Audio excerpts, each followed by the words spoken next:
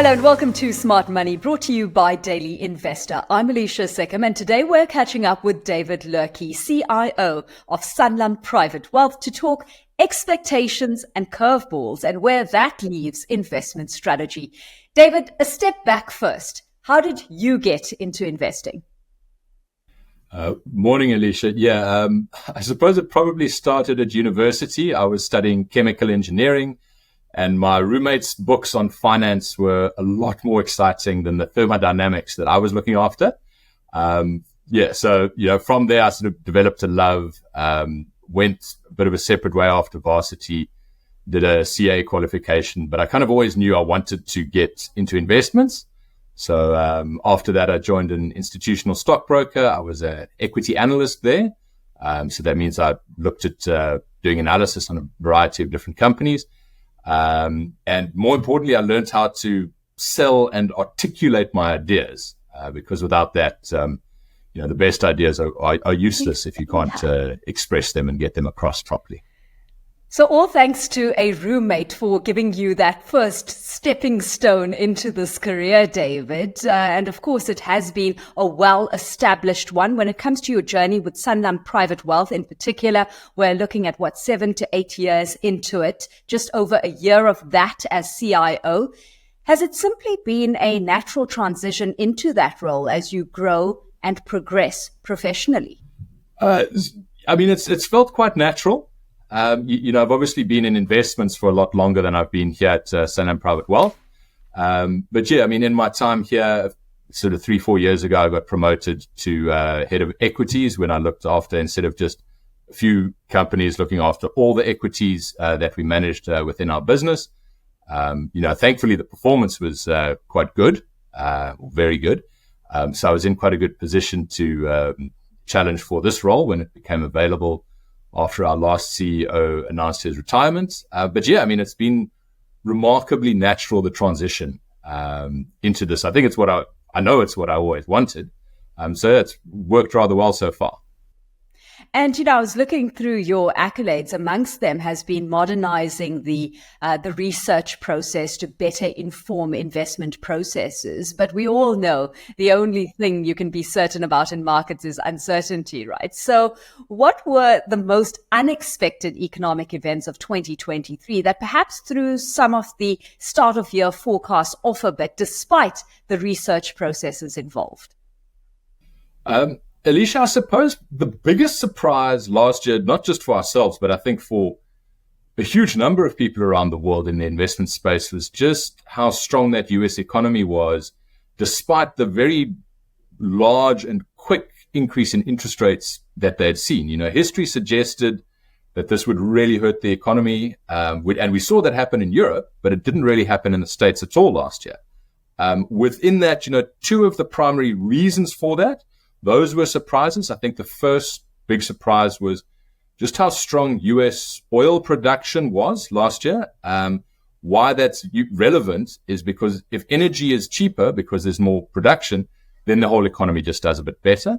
The second, I think, was that in the States, they had far higher immigration than they normally do last year. So that helped to sort of ease quite a lot of the pressure on labor costs and therefore on inflation. And then maybe the third reason for the overall surprise of that strength of the US economy, what shouldn't have been a surprise, it wasn't to us, but it sort of factored in with other events. And that was the fact that they have fixed rate home loans there. So, in South Africa, you and I, if rates go up, it hurts immediately in how much we pay on the bond for our home.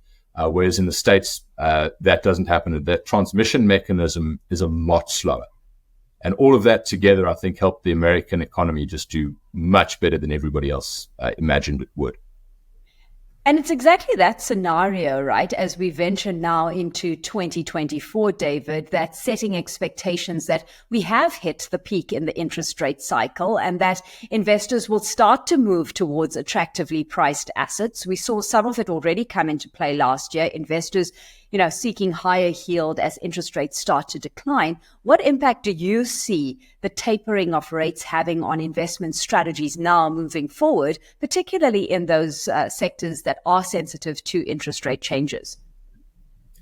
Alicia, I think the big debate in the market right now is just how much and how soon interest rates will come down. You know, a month ago, the market was very much expecting it to happen already in March this year. Now, realistically, the market's baking in May or June for rates to come down.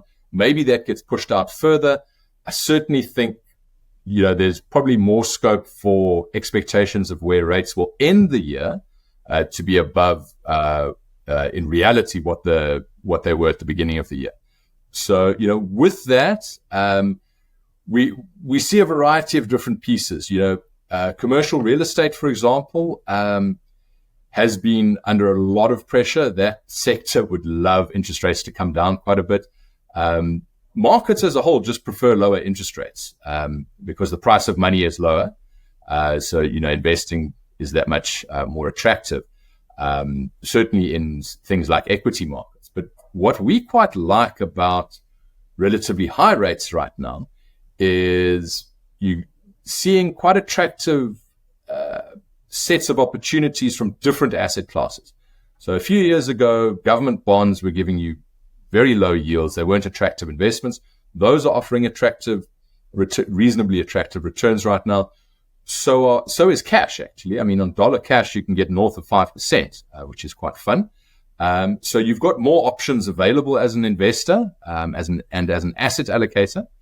But maybe to your question about who benefits the most if rates do come down substantially, I think you'll probably see growth businesses do quite well out of that.